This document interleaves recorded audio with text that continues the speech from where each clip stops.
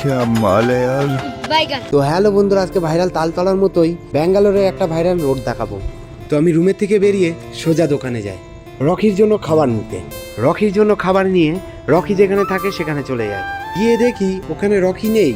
তারপর একটু খুঁজে দেখি ও দূরে বালিতে শুয়ে রয়েছে। ও আমাকে দেখেই দেরি না করে আমার দিকে চলে আসে। তারপর ওদের আমি খাবার খাইয়ে ভাইরাল রোডের দিকে যেতে লাগি, আর আমার পিছু পিছু রকিও চলে আসে। তো ভাইরাল রোডের এলাকার কুকুরগুলো রকিকে তাড়া করে ওর এলাকায় পাঠিয়ে দেয়। তো রকি যাওয়ার পর আমিও আমার ভাইরাল রোডের দিকে চলে যাই। এসেই দেখি